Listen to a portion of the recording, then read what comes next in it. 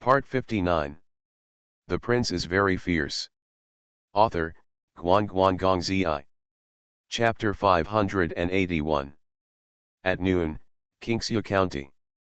The small county town, which is only more than 100 miles away from Ningguoguan, the national gate, is not prosperous. On the first day of the new year, most of the shops on the street are closed and they go home for the new year. There are only sporadic vendors pushing carts selling candies and toys, followed by a group of people. Most of the children were chirping. Qingxia County is a small county. Although it is located on the main north-south road, the terrain is so open that it can be bypassed outside the county. It has no strategic significance. The border army only put 200 people on guard here. Soldiers who join the army on the first day of the new year also miss their wives and children, but after all, they are frontier troops, and their military appearance is very strict, which is very different from the strawberry soldiers in the south of the Yangtze River. The reason for the gap is not that the quality of the soldiers is too different, but that the concepts of raising soldiers are different. Since the chaos of the spring and autumn period, when the world was unified, all dynasties in the Central Plains were founded by force. Without exception, they all had their capital in Chang'an, and used Qin troops to suppress the princes of the world.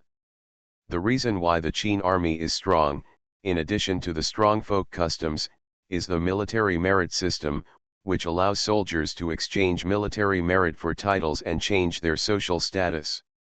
The reason why Su Wangsu being able to become a king based on his background as a butcher also benefited from this system.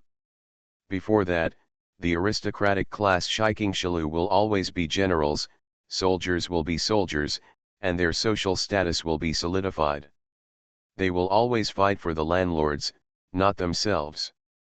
If you cut off a head on the battlefield, you can get a title, slaves, fields, houses, and women. You can imagine how tempting it is.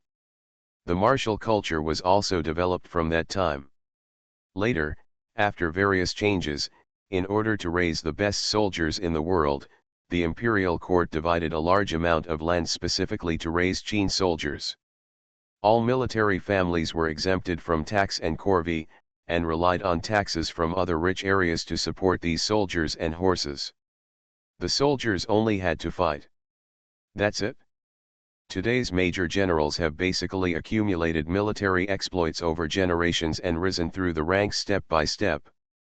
Soldiers had fields at home and relied on the slaves, women, and children they obtained during the war to cultivate the land. Men could train their enemy killing skills full-time in order to obtain more rewards in the fight, and their combat effectiveness would naturally be greatly improved. Of course, the court also has restrictions. Military merit and title are reduced by one level every generation. If you don't fight for a few generations, you will become a poor person at the bottom of the class. There has been a truce between Dayo and Northern Qi for 60 years. There has been no major war, but small-scale conflicts have continued. This is because both sides implement the military merit system. Soldiers who do not fight will find ways to stir up trouble. Su Buling often fights in small-scale encounters when he was young. War is caused by the rotation of frontier troops to earn military merit. The benefits of this system are undoubted. Both the Guangzhou army and the Ziliang army were raised in this way. They are all professional soldiers, not government soldiers who fight during wartime and are busy farming. Their combat effectiveness is much higher. The disadvantage of this system is that it consumes too much money. The 12 states of Ziliang do not need to pay annual taxes to the court because they have to support an army of 200,000. In addition to the Guangzhou army in Song Dynasty, there was also the army of the Western Liaoning Protectorate to support. Most of the taxes collected from various places every year were spent here. The other vassal kings, except for the King of Wei who controlled South Vietnam alone, raised troops like this. The rest were soldiers in the wartime and farmed in their spare time. Naturally, there was a huge gap in combat effectiveness. This is also the reason why the 7 kings obeyed the orders of Chang'an city. They simply could not defeat the emperor. Even King Su could only break through the central army. When the Liuxi Protectorate and the army of the Six Kings came over, they could not hold it at all. The winter sun rose into the sky, and Su Buling, led by Zhu Manzi, came to the countryside outside Qingxia County. Song Yufu didn't know how to ride a horse, but girls of the same age were going out to play, so she couldn't be left on the boat as a watchdog, so she followed Chu Chu, sat on Chu Chu's horse, hugged Chu Chu's waist, and looked around. Ning Qingyi's hometown was destroyed by the imperial court and he no longer had his hometown. He was very interested in Manzi's hometown. He kept walking beside Manzi and listened to Manzi's patient explanation as a tour guide. Have you seen that big rock? I used to sit on it and fish with my dad. Even though my dad is a swordsman, his fishing skills are terrible. He can catch anything, but he can't catch any fish. The small river flows through and surrounds the farmhouses in the woods. Although there are no beautiful mountains and clear waters in the winter countryside, the snowy scenery of the plains is still refreshing. Su Buling walked at the back with Nightingale, wearing a snow-white robe newly sewn by Lu Hongluan. He looked stern and extraordinary. He only looked at the beautiful scenery but not the beauties. It was obvious that he was still in the sage time and had not recovered from yesterday's New Year's gift. Speaking of last night, Su Buling was a little hard to describe. The day before yesterday, he was squeezed by 3 hungry wives who didn't even give him a break.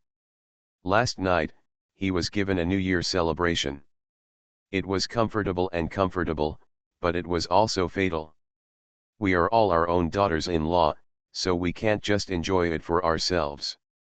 Our own experience is secondary, and the main thing is to make our daughters-in-law feel comfortable. I want to serve 4 young women who are just the right age and relatively conservative. However, for a big job, everything from skills to eloquence is indispensable. You can't just focus on one thing and neglect the other. It doesn't matter if you work hard without complaining. You almost feel exhausted from the effort. I have no words. If I can still think about it when I wake up in the morning, I would be reincarnated as a pervert. But as a man, you have to take some responsibility. Sometimes it's okay to fight everything alone. No one can blame you. Speaking of which, although I was a little tired last night, it was obviously quite interesting. Xiao Qi's Kikai is the best is still there, that is, she would rather die than give in. If she is exposed, she will act like a big sister and scold anyone who dares to make fun of her. It is indescribably funny. Aunt Lu, who was watching the show nearby, reacted, needless to say, with confusion at first, then shock, then shame, anger and embarrassment. She was pulled by the baby and was not allowed to move, so she could only cover her eyes with her hands. He covered it, but he couldn't help peeking. After a while, he began to feel jealous. After all, it was not a good feeling to witness the precious baby he cherished being abused by other women, but he couldn't eat it. Then Aunt Lu started to scold the girls without any lightness or severity. Her tone was sour. She also served tea to Su Buling and wiped his sweat. She felt so distressed. When Su Buling thought about it now, he couldn't help but sigh secretly, Aunt is still the best. If it weren't for Aunt Lu pulling him last night, he wouldn't be able to go out today, and it would be difficult for him to even get up. Walking and looking along the way, the group, led by Zhu Manzi, came to a small Osmanthus forest by the river. The Osmanthus forest is where Zulu lived in seclusion. The scenery is very good, but the fields have been abandoned. The path is full of weeds and fallen leaves, and even the road can't be seen clearly. Zhu Manzi jumped off her horse and walked happily in front, bringing many sisters to the Osmanthus flowers, pointing to a small farmyard in front. This is the former residence of the Sword Saint, there's nothing to say. Su Buling walked up to it and glanced left and right. The yard was overgrown with grass and the gate was locked. It was obvious that no one had been here for a long time, and there was really nothing to see. Zhongli Chuchu blinked, obviously not expecting that she would end up like this after running all the way here. Song Yufu glanced a few times and said, "How about we clean up this place?" Although Zhu Manzi grew up here, her heart is no longer here. Even if her parents live in seclusion in the future, they will definitely move to another place and it is impossible for them to come back. She looked around with nostalgia, then waved her hand and said, "No need to clean up, let's leave it at that. I'll take you to the county town for a fish feast. I know a shop whose dishes are better than those of Longjian Pavilion in Chang'an City. It has been open in Qingxia County for decades." Ning Qingyi looked at the sky. Today is the first day of the Chinese New Year.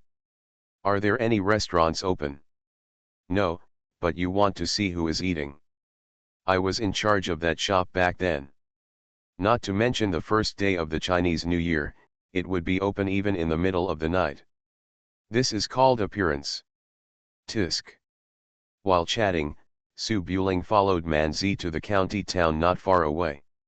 He rarely accompanied the girls to relax, so he was naturally not in a hurry. Song Yufu was not a woman of the rivers and lakes. She didn't have much in common with the four little chivalrous women of the rivers and lakes, so she couldn't get a word in. Su Buling didn't forget to walk in front of her and chat about poetry and songs with her to prevent Song Yufu from getting bored. The group arrived outside the gate of Qingxia County. Manzi wanted to greet the soldiers guarding the city, but after a quick glance, he found that the soldiers had been rotated and he didn't recognize them. He took out the ID card that he had prepared long ago from his pocket. Su Buling did not run around as the prince of a vassal king. He was about to enter the county with a fake identity, but he heard a voice from the classroom outside the city gate, "Hey! Su." Su Buling frowned, put his hand on the hilt of the sword at his waist, and looked at the wooden house where he was on duty.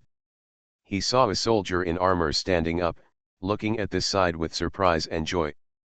The soldier stood up and held a red tasseled spear of the border army. Judging from his dress, he should be the sergeant of the city gate guard. He looked quite rough and his expression and behavior were a bit of a gangster.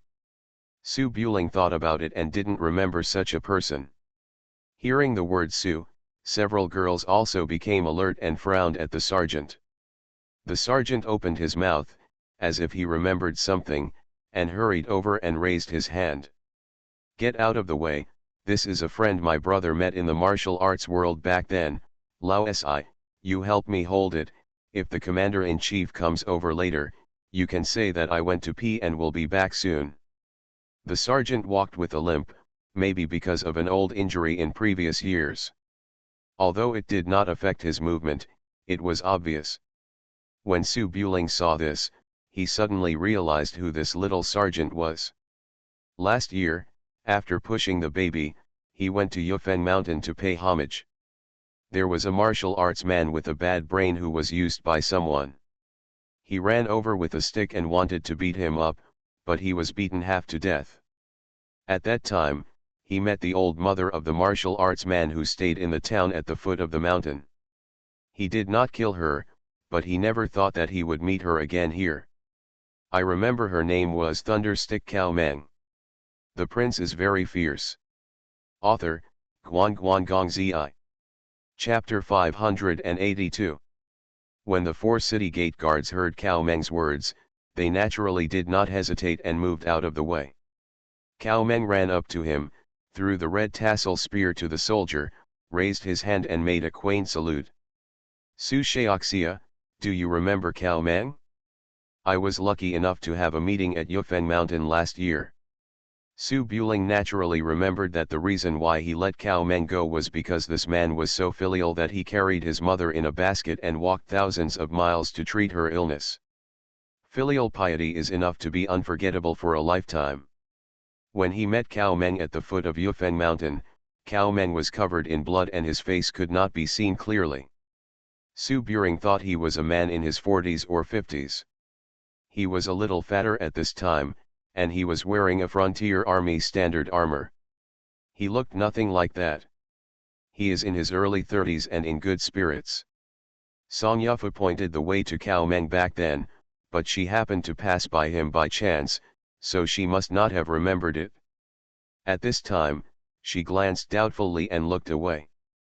There were many people at the city gate. Su Buling just raised his hand gently and let a few girls walk in front. He walked side by side with Cao Meng and asked, "Is your mother's illness getting better?" Cao Meng's eyes were full of gratitude, with the unique boldness of a northern Xinjiang man. "Much better. After leaving Chang'an, I met Miss Yao's carriage on the road, and I prescribed a prescription and cured the disease. Alas! At that time, I was still worried that I only had one life. How could I repay the favor between the two? Now it's good. I'm so happy to know that Mr. Su is marrying the Xiao family. I will join the army directly and strive to serve under Mr. Su in the future." Su Buling had never heard Xiao Qi say this, but Xiao Qi probably wouldn't remember such a small act of kindness on the roadside. Hearing Cao Meng say that he would join the army to repay his kindness, Su Buling felt a little helpless, shook his head and chuckled. "When you join the army, you should go to Ziliang, join the army in Taiyuan, and be promoted to the rank of lieutenant and a general of the imperial court. If you don't come to attack me, it's all good. What's the point of being a favor?" The joy on Cao Meng's face froze, and he was a little confused. "Aren't all soldiers the same? How can you still say this?" Cao Mengnian was kicked out of his private school, and he was a charlatan himself. He couldn't figure out the system and division of power between emperors and vassals, which was too normal. They are all serving the country, and they are not separated now. Su Buling naturally will not break Cao Meng's determination to change his ways, and said with a smile, "It's not a big problem. When you accumulate some merits in the frontier army, I'll say hello to the Liaoxi governor's mansion and ask you to come over. But you also know my identity. If I open my mouth to order a general, if I don't have two brushes, it is said that it is a joke. This Ziliang army camp is not so easy to enter." When Cao Meng heard this, his eyes lit up and he hurriedly patted his chest. "Don't worry, young Master Su. Cao Meng, don't say anything else. Everyone knows that I'm brave enough to not be afraid of death. Even I, Chen Chong in northern Xinjiang, got hit with a few sticks. If I don't get a reputation among the frontier troops, I won't have the shame to go to Su Master. Come forward. I have actually been in the army for less than 3 months. I am good at horseback riding. I was originally a scout for the border army. When I went out with the captain to find out news for the first time, I met a small team of scouts from the northern Qi dynasty. I raised 5 heads by myself. When I came back, the centurion was shocked and gave me the corps commander's hat on the spot. The original corps commander was the 4th child just now." Su Buling nodded and chuckled. He grew up in the border area since he was a child. He was very familiar with this kind of hunting activity. Cao Meng also had the reputation of a thunder gong. He was good at killing on the battlefield. He could fight against 5. It's strange that when you become the captain of the corps, you have to give up your talents. He thought for a moment and looked at the surrounding streets. "Since you have just made meritorious service, why were you transferred to Qingxia County to guard the gate? Qingxia County is 100 miles away from Ningguoguan, and military merit is not easy to earn." When Cao Meng heard this, he sighed and raised his hand and waved, "I can't figure it out either. In order to be promoted faster, I rush out of the border every time. But a few days ago, it was said that people come in turns. I was asked to bring my brothers to Qingxia County to defend the city, and the military orders were overwhelming. I didn't dare to complain, so I just followed the centurion." Su Buling nodded slowly. In order to maintain the combat effectiveness of the frontier troops, the front and rear lines were rotated, but there was nothing wrong with them. He turned around and said, "Who is taking care of your father?" Cao Meng laughed and said, "Miss Yao's medicine is really effective. After a few days of taking it, she will be almost healed. My mother can walk now. When she found out that I came to Qingxia County, she also ran over and rented a small house in the city. Courtyard. If Mr. Su doesn't dislike it. As he said this, Cao Meng looked at the group of girls in front, hesitating. Zhu Manzi had been eavesdropping. As the Fenhe sword god who grew up around Taiyuan, she had naturally heard of the thunder god stick. She quickly turned around and said, "Why would Mr. Su dislike him? We are all children of the world. Heroes don't care about their origins." "That's good." Cao Meng clapped his hands, quickly led the group into the side street, and said happily, "My mother prepared a lot of dishes for the Chinese New Year. My mother's cooking skills are very good, but they are worse than the restaurants in town." Su Buling thought for a moment, but did not refuse. He chatted with Cao Meng for a few words and then came to an alley in the residential area of the county. Local people live in the alleys. Couplets are posted on the doors of every house. Many children are running back and forth in the alleys, and there are adults sitting at the door chatting. Zhu Manzi obviously wasn't bragging. She used to work as a police officer in the county town, running around the streets catching thieves, looking for chickens and ducks, etc. The county town wasn't very big, and there were a lot of people who knew her. At this time, Zhu Manzi was walking in front and kept saying hello. "Xiao Liuzi, you have grown so big, Aunt Wu, you are so beautiful again, I didn't even recognize you." The neighbors in the alley were obviously a little surprised to see Zhu Manzi, who was almost 17 years old, and they also responded enthusiastically. "Hey, Manzi is back. You haven't grown taller at all, you are still as petite as before. I heard you went to Chang'an, did you find your parents? You are 16 years old, are you married? Is the young man behind you your husband?" Zhu Manzi's expression gradually became awkward when she heard these warm greetings. She looked back at Su Buling, but didn't know how to answer, so she ran away with her head down. "Oh, you have learned to be shy. You used to be as wild as boys. Girls really change a lot when they grow up." Yes, all the boys in the county have been beaten, but they have become more gentle when they grow up." Zhu Manzi ran faster and faster. Cao Meng saw the scene and said in surprise, "Mr. Su, this girl is a local."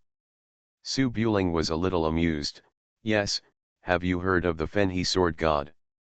Zhu Manzi's head down-trotting movements froze, and she turned back and said angrily, "Mr. Su. You." Qingyi and Chuchu both held back their laughter and turned their heads away to avoid Manzi's anger. Cao Meng was very perceptive, clapped his hands and said seriously, "You are well known, and I have heard of your great name for a long time, but I have never met you." Zhu Manzi was stunned, and then her red face smiled, and she stood up straighter, just about to raise her hand to perform a martial arts salute.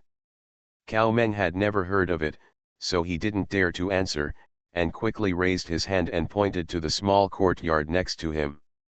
"We are here, ladies, go in." "Mother." "Hey." In the neat courtyard, the old woman was busy in the house, and she came out after hearing the sound. Su Buling looked up. The wrinkles on the old woman's face were still there, but her gray hair had darkened a lot, and her eyes were clear. She could see things clearly and looked very good. Cao Meng stepped forward and introduced, "Mom, this is the handsome young man you have been talking about, the nobleman we met in Chang'an." The old woman was stunned. She couldn't see anything when she was outside Chang'an, but she still remembered Su Buling holding an umbrella and waiting for her son. She was full of joy and raised her hand to greet him. "Hey, come in quickly, this is a distinguished guest, Menzi, go out and get some good wine." Su Buling grew up in a royal family. This kind of social interaction full of market atmosphere may have only been experienced in his previous life, and he felt very emotional. He didn't put on any airs at the moment. He took a few girls to the guest room and sat down, chatting with the old woman about the past year. You are listening to Novels at Bless Up channel. Wish you happiness and luck. Please subscribe to receive new novels. How do you feel about this novel? Please like and leave a comment. The Prince is Very Fierce. Author, Guan Zi. Chapter 583. Kill. Inside Ningguo Pass, the huge gap on the wall was like a scar forcibly cut by a god on the earth. More than 10,000 elite cavalrymen, as the vanguard of northern Qi, rushed into the gap fearlessly. The gate had been opened, and tens of thousands of soldiers from both sides rushed together.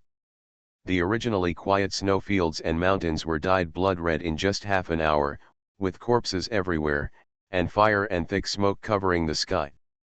Outside Ningguo Pass, endless black clouds were still advancing.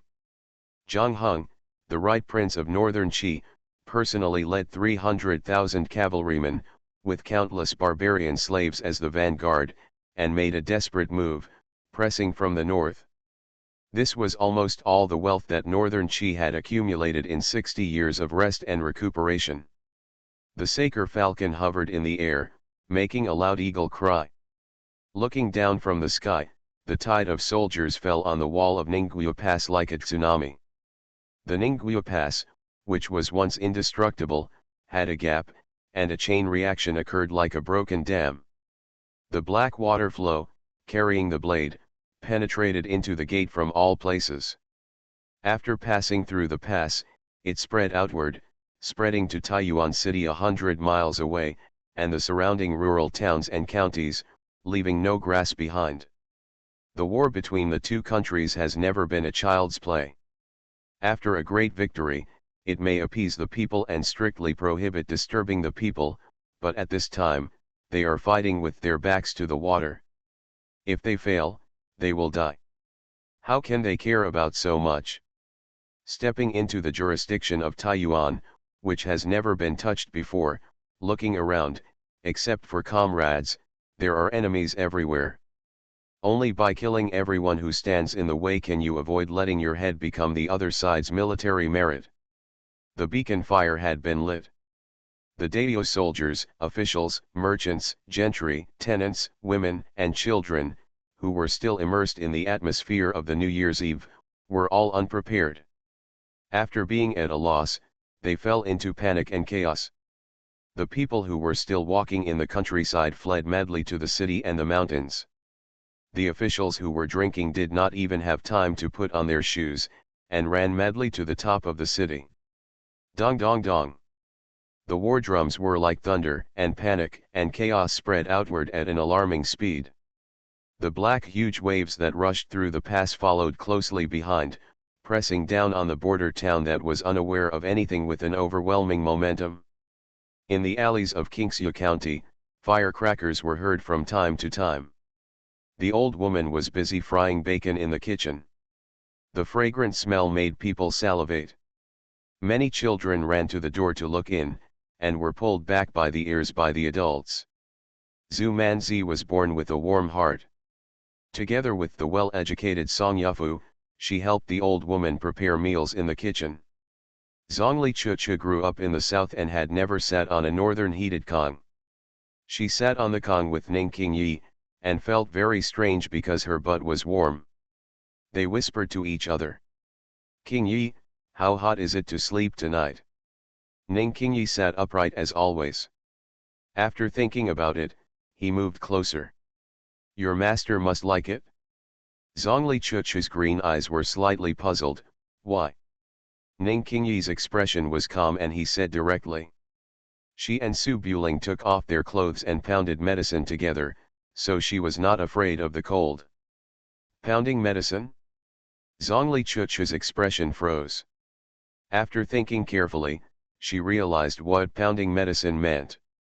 Her face turned red, and she raised her hand to pinch Ning Qingyi's leg. She wanted to say, "You were also pounded by Su Buling, and you have the nerve to mock my master?" Birds of a feather. But it was obviously difficult to say this, so she could only frown and say, "Who did you learn this from?" "From your master." Ning Qingyi was always calm and composed, and naturally he was not afraid to talk about other people's private matters with a woman. She thought for a while, and then said, "Chu, you don't have to be so entangled. My master said that you and your master both accompanied Su Buling, and it's actually nothing."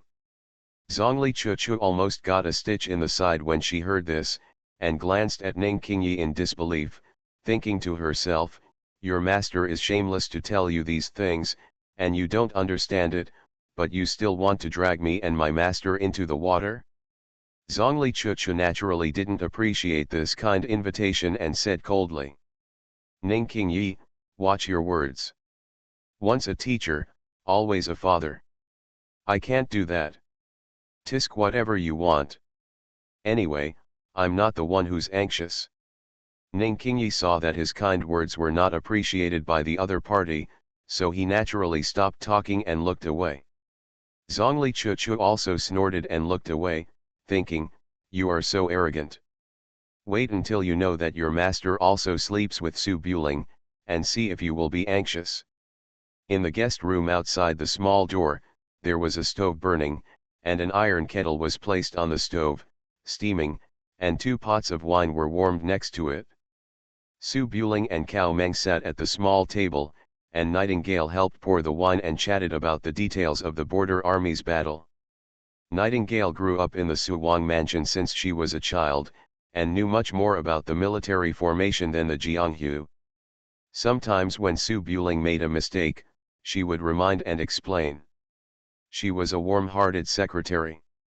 However, Cao Meng did not even finish private school, and he only knew common characters when he was traveling around. Naturally, he was a layman in these things. It was like listening to a book from heaven. He kept nodding his head, but he still listened very seriously. After all, this was something that would help him get promoted and save his life in the future. Soon, the table was set up in the room, and several people sat around the table, tasting authentic northern delicacies. Zhu Manzi grew up in Qingxia County, and she was almost crying with greed, but she had to put on a gentle appearance, chewing slowly and pretending to be a well-behaved girl, and explaining the wonders and origins of these delicacies to her sisters. While talking and laughing, just half of the wine was drunk, there was suddenly some running sounds in the alley. Su Buling thought it was just children chasing and fighting, and didn't pay attention to it. But not long after, the sound of drums came from a distance, dong dong dong. Su Buring and Nightingale frowned at the same time and looked north. The girls talking at the table also stopped, slightly confused. Cao Meng had just joined the army and was a little curious when he heard the sound. Whose family is holding a happy event during the new year? The drum beats are quite strange. It sounds like war drum, there is an enemy attack. Su Buling's ears were almost ringing with the sound of war drums. The war drums and beats of Dao's army were all the same. After listening carefully, he understood that it meant the attack of a powerful enemy and the closure of the city and curfew. Although Qingxia County is a border town, it is 100 miles away from Ningguoguan and 50 miles away from Taiyuan City. Since the founding of Dao, it has basically never experienced war. It can be said that it has never heard this drum beat. Not only did the people outside not panic, many people ran out and asked at the door of Cao Meng's house, "Master Cao, what's going on?" When Cao Meng heard that it was a war drum, he put down his wine glass and said inexplicably, "I'll just say something familiar, where did the enemy attack come from if the birds are free here? The bandits came here." After that, he stood up and walked out of the room, looking to the north. Unexpectedly, Cao Meng was shocked when he saw this, and he ran out in a hurry. After running for a few steps, he stopped, turned around and said urgently, "Mr. Su, the beacon tower is burning. Anyone who can't find me will be beheaded. I'll leave first. You eat first. I've offended you. Eat shit." When Su Buling heard that the beacon was burning, his expression suddenly changed. He quickly stood up, ran out of the room with Nightingale, and looked up at the sky. The sky was cloudless over the plain, and the sun hung high in the sky. Above the mountains at the end of the snow field, plumes of smoke rose into the sky, stretching from the invisible north to the nearby mountains, and then to the southwest, until they reached Chang'an City at the end. The beacon tower will only be lit in emergency situations. The consequences of lighting it casually can be seen from the example of King Yu of Zhou's beacon fire plays on the princes. The beacon signal also has levels, divided into 6 levels. If the enemy invades the border with less than 1,000 people, only one pile of fire, which is a pile of fire and smoke, will be burned. If there are more than 1,000 people, 2 piles will be burned. If there are more than 1,000 people attacking the city, 3 piles will be burned. The last time King Su left Qinzhou, he only lit 2 fires, while the smoke pillars in front of him were 5 separate ones. 6 fires were lit when Chang'an was in danger and the princes from all walks of life were urgently summoned. Lighting 5 fires meant that the enemy had broken through the border and entered the pass, and even Taiyuan might not be able to stop it. Urgent help was sought from all parts of northern Xinjiang. Nightingale looked at the direction where the beacon fire came from, her eyes slightly horrified. This is Ningguoguan, one of the 3 passes. How could Ningguoguan be broken? Is the guard going home to celebrate the new year? Su Buling didn't have a clairvoyance, so he didn't know how Ningguoguan was broken, but he knew exactly what would happen next. Quickly retreat. Ningguoguan is more than 100 miles away from here. I'm afraid the vanguard army is already on the road. Then we will surround Taiyuan and clear out the countryside and towns. If we don't leave, none of us will be able to escape. Nightingale recalled the map, then turned around and said, once Taiyuan is defeated, the northern Qi army will go south, and it will be impossible to defend Kaifeng Mansion. Chang'an City will definitely not be able to mobilize troops and horses in a short time, and the Liaoxi governor's mansion will directly become an enclave. Su Buletinling had no intention of talking about this, so he turned around and waved, get out of the city quickly, the city gate is closed, and the horses will not be able to get out, so don't delay. Ning Qingyu ran out long ago and went to fetch the horses tied outside without hesitation after hearing this. Seeing that the guest was in a hurry, the old woman poked her head out of the kitchen with confusion. Mr. Su, what's going on? Why did Menzi run away too? When Su Buling heard this, he quickly jumped onto the courtyard wall and said to Cao Meng, who had already run to the entrance of the alley. Cao Meng, come back and take your mother out of the city. Cao Meng paused and turned around, with obvious hesitation in his eyes. Master Su, if you just run away without fighting, how can I kill my brother? Su Buling fell beside Cao Meng with a few strides. Ningguoguan has been broken. Qingxia County is located on the road that must pass south. The vanguard army will arrive here soon. Most of the troops and horses on the west side will be transferred to the Western Front defense. King Su, by the time the reinforcements arrive, northern Qi has already reached Xiangzhou. There are 200 soldiers in Qingxia County and there are no high walls. They don't need to attack the city. They can walk in and they can't stop them. Cao Meng had never been in a war. When Su Buletinling said it was so serious, his face turned pale and he said anxiously, you have to block it even if you can't. The superiors didn't give way to retreat. They started to block the city. It was obvious that they wanted to defend to the death. Even if they escaped, they would sit down. Su Buling knew the iron law of the army, but the northern Qi dynasty had already entered the pass, and there might be some internal agents in the border army. Regardless of whether Taiyuan City was waiting for reinforcements, Qingxia County was a stumbling block. 200 people looked at the hundreds of thousands of troops from the northern Qi dynasty, but they couldn't help it. Isn't it a disease to run? Su Buling thought for a moment, then turned to look at the farmyard.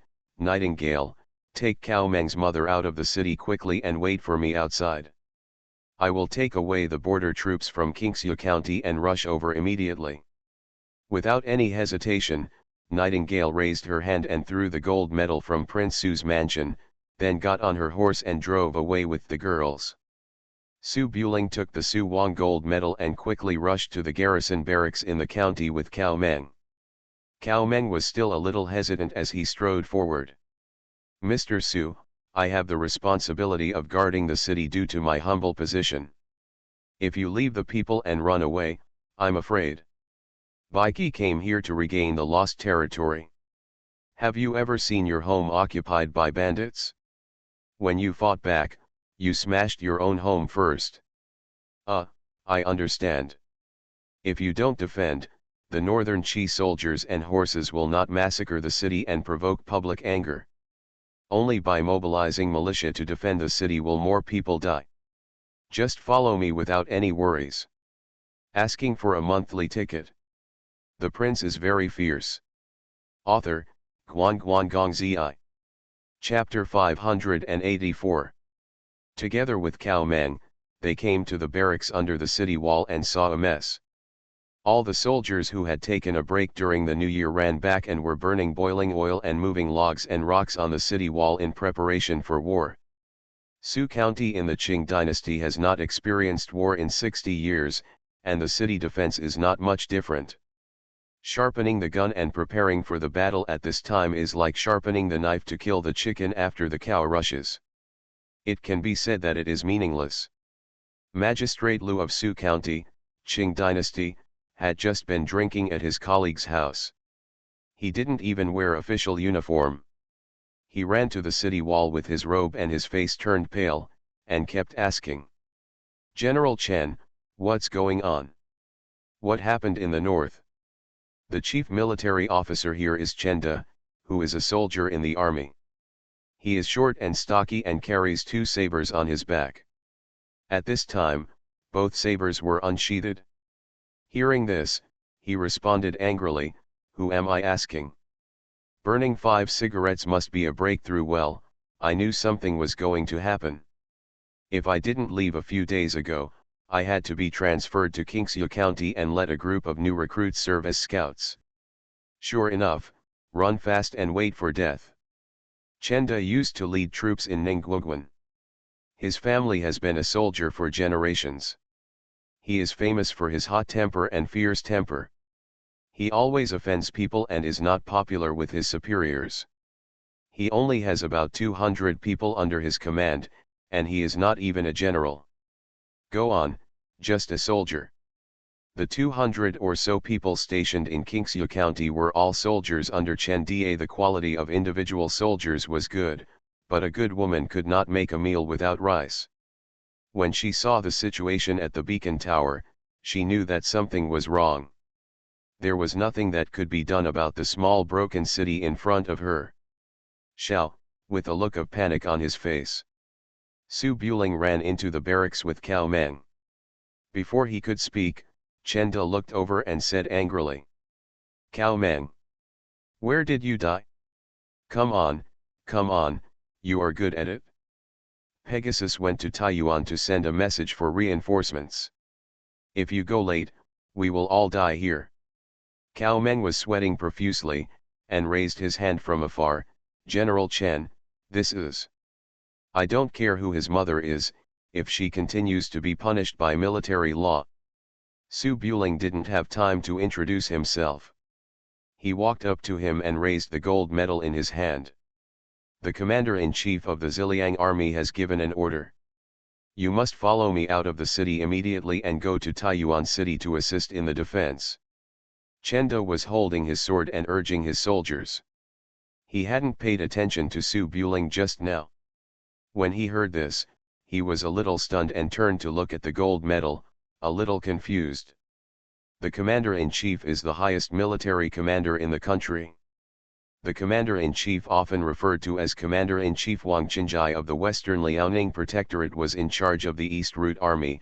From Luliang Mountain to Yuzhou, the commander-in-chief of the West Route Army was Guo Xianzhong, in charge of the area from Luliang Mountain to Chenkang. This section, and beyond to Yumen Pass, is where the Ziliang army is responsible. The commander of the Ziliang army must be King Su, but King Su is a title rather than an official position. Strictly speaking, Su Yu is indeed the governor. It's just that no one called it that. Chenda had no impression, and it was natural. Luz Hixian of Su County in the Qing dynasty was a civil servant and knew much about these things. When he saw King Su's gold medal, he quickly raised his hand and saluted, "I'm here to pay my respects to your lord. May I ask who your lord is?" "Your Majesty Prince Su, stop talking nonsense and quickly gather your troops." Chen Da's eyes lit up, and he finally understood who was in front of him, the grandson of General Su Lai. If a soldier has never heard of him, then it would be a waste of time. Although Chenda is from the East Route Army and is not under the military control of Ziliang, he is still Daio's soldiers and horses. In wartime situations, whoever has the highest authority must listen to whom. If there is an order from a superior, they are not considered to have not received military orders. Retreating without authorization, it was as if he had seen a savior. He quickly turned around and shouted for troops to gather. When Luz Hixian saw that it was the crown prince of Su, he didn't look happy at all. He hurriedly said, "Little prince, why are you here? If you move the troops and horses away, what will happen to the county? There are thousands of households in the county." Su Buling raised his hand. Ningguoguan must have been broken. "The northern Qi army will arrive in an instant, and Qingxia County cannot hold it. You should go to the squire elders in the county now. Surrender directly as soon as the northern Qi army arrives and say something. Good words like 'I've been thinking about Daki for 60 years and I'm finally back.'" Luz Hixian was stunned for a moment, and then he became angry. "Little prince, how can this be done? There are senior officials and junior officials. If the court finds out..." Su Buling's face turned cold. "In urgent matters, you have to act in order to protect the people of the place. If the court fights back, I will prove your innocence. If you can't fight back, your official position in northern Qi will not change, and you may be promoted." "I'm afraid what? Do you have to be a target for northern Qi to massacre the city?" Luz Hixian then thought about it and realized that it was the same. He quickly raised his hand and said, "Young prince, please don't fool me." Su Buling didn't have time to talk nonsense with the county magistrate, so he asked him to contact the local elders quickly. There were only 4 teams of 200 troops stationed in the county, and they quickly rushed over from the front and rear gates. Su Buling glanced at it and felt a little more at ease. Daio was short of horses, and the frontier army consisted of 50% infantry, 30% crossbowmen, and 20% cavalry. When he came, he was worried that there were 200 infantry left here. At this time, it seemed that the 200 people were rotated in from the elite troops. Yes, everyone is equipped with a war horse and a crossbow. Although the horse is not good, it is still faster than 2 legs. After the soldiers and horses were assembled, Su Buling led a group of light cavalry out of the city gate. 5 girls were already waiting outside the city gate. The old woman was sitting on a horse full of branches. Nightingale was riding a good and light horse. She was taking Song Yufu with her for a quick evacuation. We have just learned the meaning of Beacon Tower from Nightingale. The faces of several girls are quite solemn, especially Song Yufu, who comes from a scholarly family. She has never seen a few fights, but she has read about the wars in history books. He was miserable, his face was pale, he wanted to say something, but he didn't know how to say it. Nightingale was used to seeing 2 armies fighting each other in Yuzhu. She was the calmest at this moment. Like a normal person, she walked up and glanced at the 200 kinki behind her. "Sir, we can't wait for the wedding boat near Taiyuan for too long. If we can't get back in an hour, Miss Xiao will definitely weigh anchor and leave first. We have to hurry up. Qingxi County is on the west side of Taiyuan, 50 miles away. The two places are parallel and equidistant from Ningguoguan. Xiao Qi's handling of affairs is never influenced by personal emotions, and she always chooses the smallest risk and the best solution. If Su Buring had not rushed outside Taiyuan City before the arrival of the Northern Qi Pioneer Army, Xiao Qi would have definitely left first to avoid everything falling apart. Into enemy hands. Su Buletinling knew Xiao Qi's temperament, so without any hesitation, he took the lead and galloped towards Taiyuan. Tap tap tap. The sound of horse hooves was like beating drums. Ningguoguan was broken, and all the way to Taiyuan, there was no danger to defend. The more than 10,000 elite cavalry who were the first to enter the pass rushed to everywhere around Taiyuan with lightning speed, exerting the surprise effect of blitzkrieg. Before Dayo could react, they pushed flatly and quickly gained a foothold in the pass, the hardest to bite. The most important city of Taiyuan was left to the hundreds of thousands of troops from the rear to storm. The northern Qi dynasty was short of food, salt, and iron. The only advantage was that there were more horses than people, and they were all well-bred horses. Their mobility was several times higher than that of Dayo's army, which combined foot and cavalry. If the beacon message hadn't been sent too quickly, I'm afraid the countryside behind when the county was still unaware, the vanguard army had already reached the city wall. Smoke and dust billowed in the snowy plains, and the mighty cavalry pierced the earth like a sharp knife. Behind them was a tsunami-like wave of soldiers. Occasionally they stopped for a moment near the fortress, and then they directly crushed them and put on the purple of Daki. Bluebird flag. At the forefront of the sharp knives, two chasing the wind and treading the snow led the crowd. The silver-armored generals on the horses were facing no more than 25 or 6, with long hair flying in the wind from under their helmets, holding the signature of the Zhang family of Deqi. The weapon's dragon-marked sword still has wet blood stains on its edge. On the battlefield, the young man in silver armor was not nervous at all, but showed some indescribable emotion. After all, he was Zhang Kai, the eldest son of Zhang Heng, the right prince of the northern Qi dynasty. He did not go deep into the enemy's country, but since he was so old, for the first time, I entered my own home and walked on my own land. Next to the silver-armored young man, a man of similar age followed closely, with a sword hanging on his waist. He was not wearing armor and looked more like a wanderer. If Su Buling were here, he would definitely recognize this young man as Zhou, the knight you met once in Yuzhu in the 12th month. Zhou is the son of the national master Zhou Qingkaiu, not his apprentice. His character can be seen from diving into the river to save people. He is very chivalrous and likes rivers and lakes and traveling around the world. He is not an official material. This battle to restore the country was of great significance. Prince Yu and imperial advisor Zhou Qingkaiu could not personally take part in the danger, so they asked their legitimate son to personally join the battle as the vanguard to boost morale. Although he was on the battlefield and could encounter encounters at any time, Zhou did not get rid of his habit of chattering. While galloping on his horse, he did not forget to introduce to Zhang Kai next to him. Your Highness, I have traveled all over Taiyuan. There is a K-Feng Tower in Taiyuan City, and the fish girl inside is called Feng Jiao Shuimei. Zhang Kai, the eldest son of the right prince of the northern Qi dynasty, had a smooth journey with almost no casualties and was in a good mood. When the imperial army defeats Taiyuan, that girl you were, I will reward you. Hey! It's not sweet to be forced. Don't get married abruptly. We are not Mobei barbarians. That's true. While he was talking, the scouts scouting the way from ahead rushed over and reported loudly. A group of light cavalry was found more than 10 miles away on the right. There were more than 200 cavalry. The leader was a man who was not wearing armor. He was an excellent horseman. He took his wife and concubines with him. They were coming out of Qingxiu County.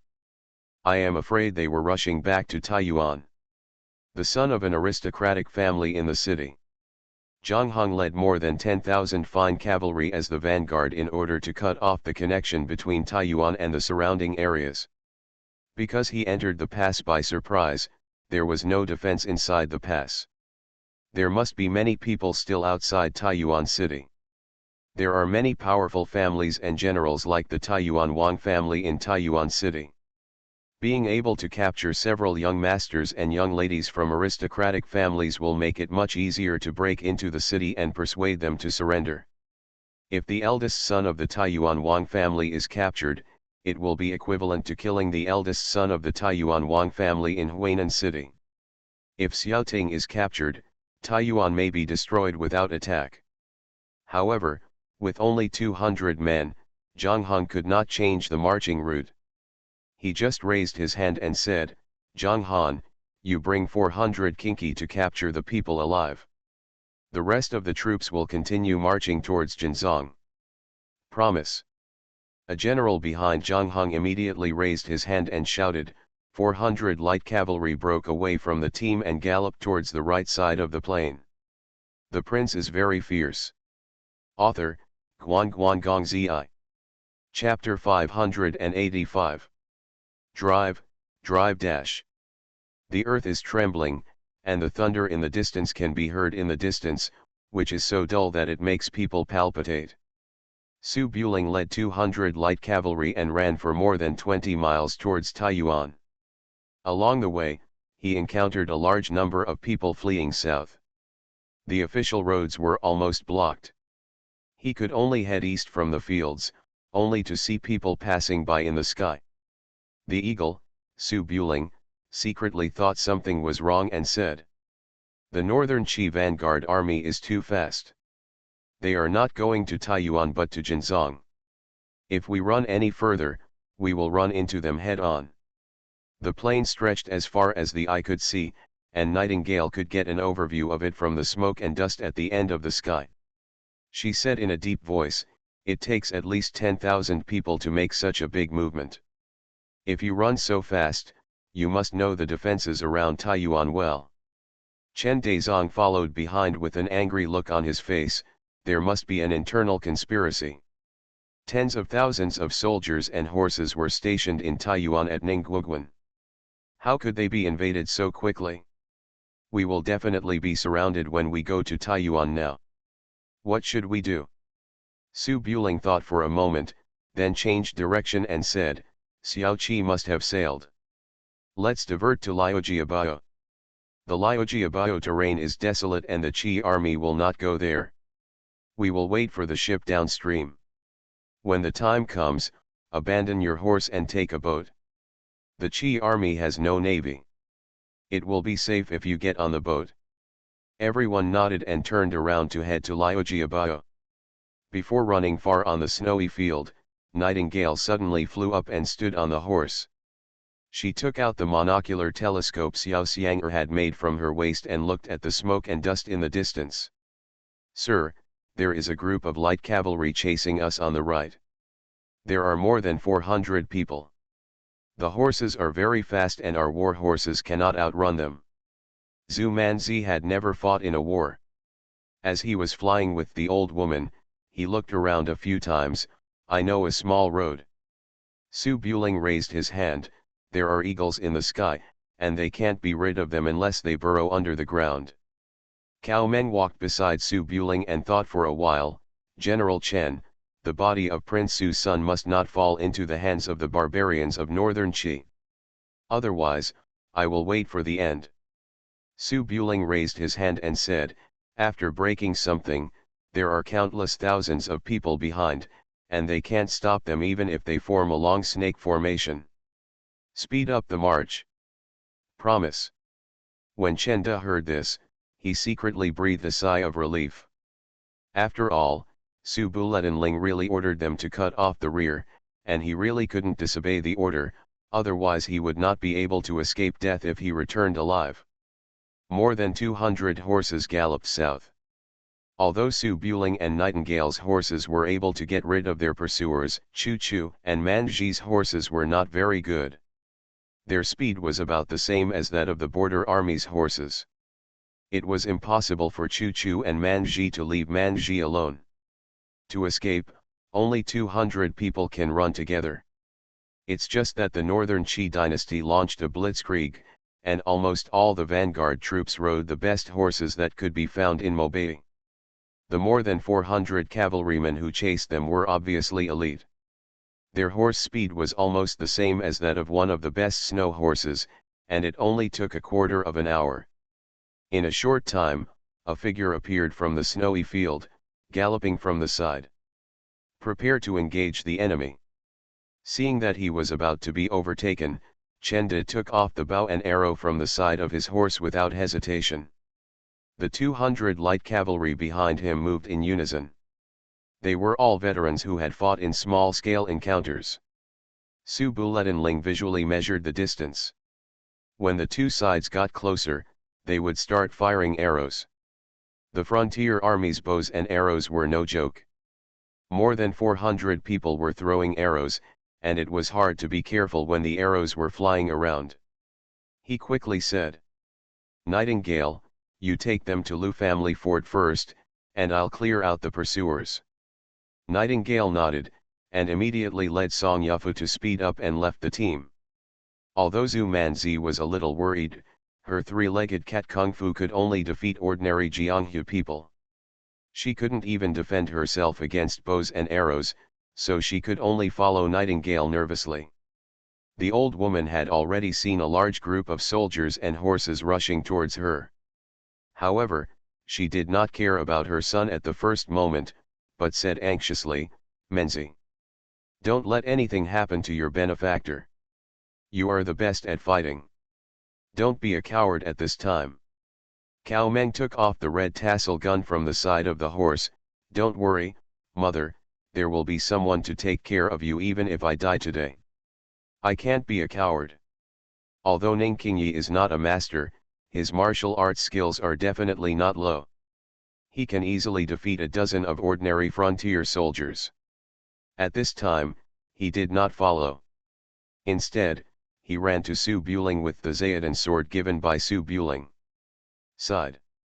Zhongli Chuchu was originally following Nightingale, and when he saw this, he wanted to run over to help, but was told by Nightingale, "Qi Jun is wearing iron armor, your flying knives and poisonous needles are useless, just follow him honestly." Zhongli Chuchu followed Zhongli Juju. Although she looked pretty, her martial arts skills were only slightly better than Manzi. There was no way for the two armies to fight and lose the Lock Dragon Gu. At the moment, she could only say, "Mr. Su, be careful," and left. Cavalry. Shelf. The sound of horse hooves was like thunder, and the 400 fine cavalry were very fast. In the blink of an eye, they had arrived at the distance of 2 arrows, and they could clearly see the 200 big Yukinki in front. The leader of the general, Zhang Han, is one of the fierce generals under Prince Yu. He grew up in Mobei since he was a child. His father's generation intermarried with barbarian women, resulting in impure blood.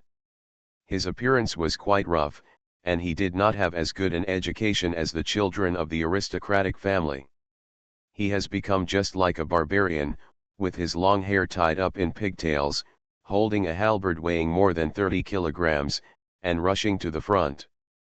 The deputy general was walking beside him and saw 3 horses of the deserters in front of them separated from the team, and the people on them were women in skirts.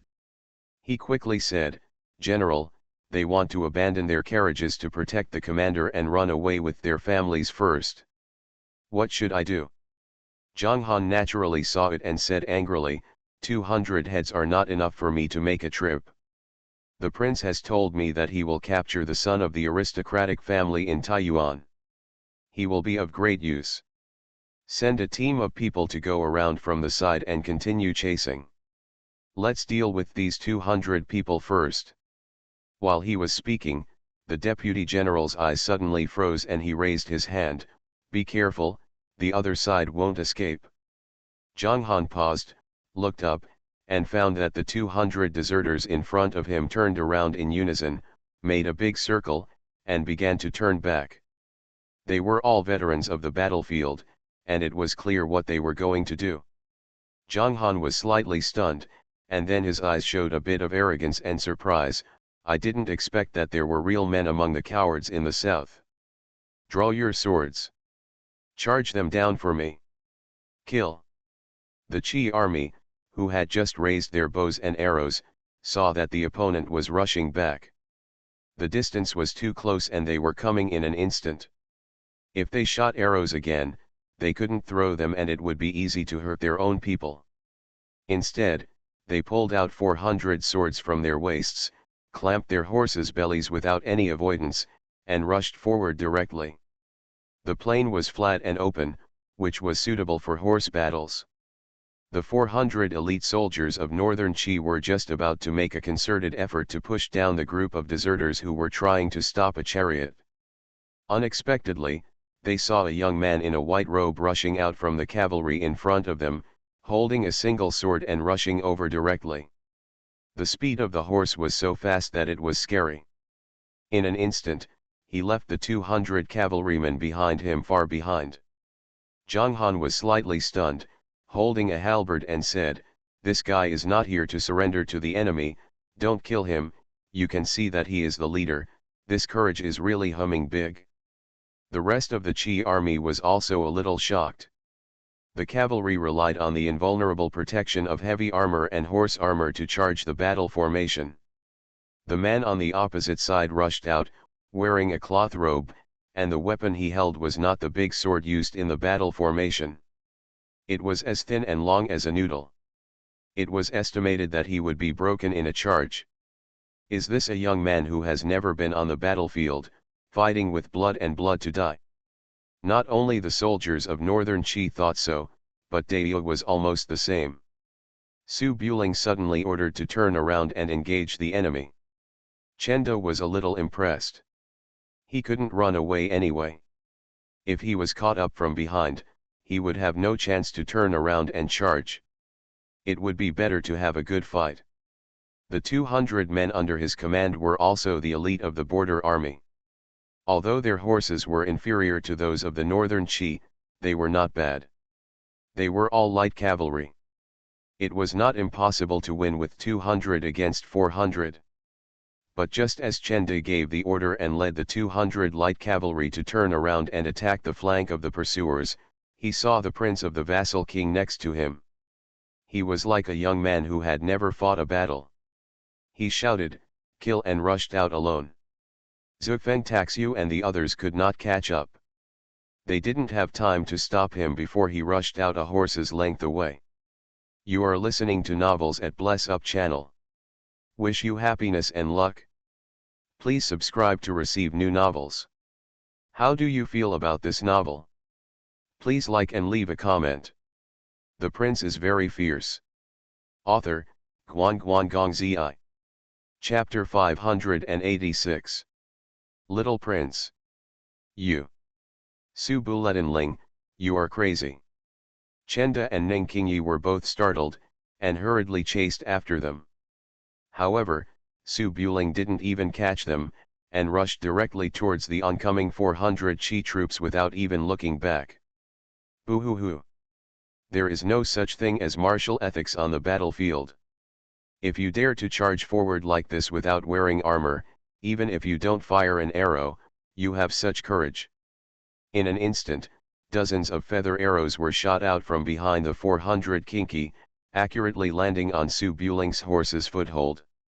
Zhang Han was furious when he saw this. Don't let your mother-in-law shoot her arrows. If you shoot her to death, you'll run away in vain.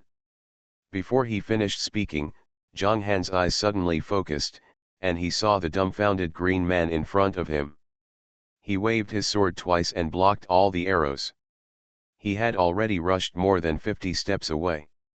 More than 50 steps were placed in the midst of a cavalry charge, and in just one breath, they were almost within easy reach.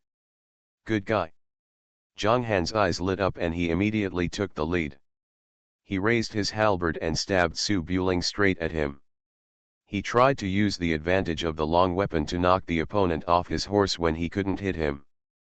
Perhaps he was afraid of being stabbed directly to death, so he aimed at the shoulder. But the next scene shocked more than 600 soldiers on both sides. The man in white rushed over alone. When facing Zhang Han, he refused to dodge and even sheathed his knife. Zhang Han's eyes were a little dazed, but he didn't hesitate at all and thrust out the euphorbia just as the horse was about to pass by. Ho! Under the thunderous roar, Su Buling raised his hand and directly grabbed the top of the euphorbia's barrel without any evasion. The huge inertia of the two war horses came, but Su Buling's arms and body did not move at all. The halberd that came with the rapid thrust of the war horses changed from forward thrust to backward in an instant. Both war horses paused at the same time.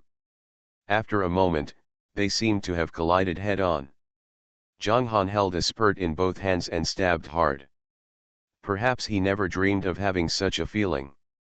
It was like riding a galloping horse and stabbing the iron plate that was charging forward. The spurt he held fed back the sound of two charging horses. The huge force quickly slipped back from the palm of the hand, scratching the tiger's mouth and palm, and then past the body with great force, actually pushing the armored Zhang Han back from the saddle. The war horse under Zhang Han's crotch neighed and staggered. Su Buling's horse chasing the wind showed no pressure. He led Su Buling in a head-on confrontation and pushed Zhang Han off the horse. Su Buling held the big halberd and knocked Zhang Han off the horse's back. Then he held the top of the big halberd with both hands and swept it with all his strength. Zhang Han, who had not had time to get rid of him, directly hit the deputy general next to him. "Here I die." Bang! The euphorbia was 2 feet long, and under the force of the terrifying force, it swept Zhang Han, who weighed about 200 kilograms, and hit the deputy general next to him. Sparks burst out from the collision of the armor, and the deputy general flew sideways. Without losing any momentum, he continued to hit the knights on the side. He didn't fall to the ground until he hit 5 or 6 people. The large group of cavalry charging at full speed were instantly overturned, their horses neighing and people howling one after another, and then they stopped abruptly under the iron hooves that could not stop. Su Bulenling swept out the big halberd and did not look at the results of the battle stupidly. This kind of unparalleled mowing on the battlefield was much simpler than fighting Wu Kuei. He had fought with the border troops of northern Qi many times since he was a child. He almost didn't have to think twice. The great halberd was waved left and right, and the wind-chasing horse rushed through the gap between the 400 Qi troops. Blood and flesh flew everywhere, and the ground was covered with debris. A bloodline was almost drawn on the snowy field in an instant. Wow! Until this time, the two groups of cavalry had not faced the enemy head-on. Chenda and Cao Meng were dumbfounded. Although they had heard that the Su family of Ziliang was very fierce, they didn't expect Prince Su to be so fierce. How can this be said? The arrival of the god of death is nothing more than this. The commander charged forward, which was already very encouraging. The 200 light cavalry who followed the charge began to see that there were more people on the other side, and they were still beating in their hearts. However, the son of the feudal lord personally stepped into the formation and rushed to the front.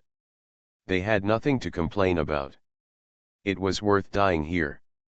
Now that I saw this unparalleled war godlike scene, I was stunned. I doubted that the young prince could defeat the 400 people in front of him by himself. After reacting, the blood of the 200 cavalrymen surged up. If they didn't know how to fight this kind of battle, then they would never fight again. Chenda held 2 swords in his hands, his eyes full of excitement and blood, and he rushed out with a roar. Cao Meng was a master of martial arts. When he was seriously injured, he could beat the Tang family's horse to death with a wooden stick. Not to mention, he was even more powerful than Chen Da. He defeated 2 people in an instant. Ning Qingyi, who was extremely skilled in martial arts, was at a loss. He had never been on the battlefield. In the past, he had been fighting with small-scale weapons in the arena, focusing on skills rather than bravery. Faced with a huge number of miscellaneous fish, he did not know how to kill them. Although a group of them the soldiers couldn't hurt her, but the long sword in her hand was also difficult to poke. Basically, she was knocked over by Cao Meng beside her before she even got close. Kill. Ah! The blades of swords danced wildly on the plain, and people and horses were turned upside down to see blood and flesh flying everywhere. The cavalry clashed and came into contact with each other for only a moment. The cavalry behind them followed up and opened a gap between the Qi army, just like a knife entering butter, split the originally neat formation into two. The leaders fell down one by one and were not sure whether they were alive or dead, leaving more than 100 corpses in the middle. If the Qi army could still maintain their formation, they were probably divine soldiers descended from heaven. After the two sides staggered, the formation of the light cavalry behind Su Buling remained intact and only lost more than 10 people. However, the Qi army that was separated from them suffered huge casualties. Su Buling estimated that there were dozens of people who dismounted their horses. After passing by each other, all the light cavalry immediately reined in their horses, changed from the rear formation to the front formation, and rushed towards the Qi army again. Su did not let the horses go too fast, but they rounded off and rushed to the front from the side. The Qi army suffered heavy losses in the first encounter, and was obviously frightened by the 200 cavalrymen who came out of nowhere. If they hadn't seen that the other side was wearing the same light armor, they would have thought they had run into the armored iron Luosha. Seeing that the white-robed madman came again, the Qi army, without a leader, immediately collapsed and fled to the left and right. The cavalry charge depends on uniformity and momentum. When the formation is messed up, some charge and some flee, and they can be tripped by the horses in front, and it is difficult to charge. However, this team of Qi troops is obviously also elite. The main general died in the battle and the subordinates quickly followed. After realizing that they were difficult to match, they immediately ordered a retreat. The remaining Qi army saw Su Buling rushing to the front again, and there was no will to fight, so they hurriedly fled back and forth. Kill. Seeing that these Qi soldiers were overwhelmed in the first encounter, Chenda was a little excited and chased with two swords. After all, chopping off a head is a military merit, so how can such a good opportunity be missed? Su Buling was not so excited yet. Seeing the enemy fleeing, he immediately raised his halberd and said, "Don't fight, hurry up." He drove his horse to Ningqingyi and continued to move towards Liujiabao. Chenda's two swords were still dripping with blood. He felt a little reluctant to see the Qi army fleeing.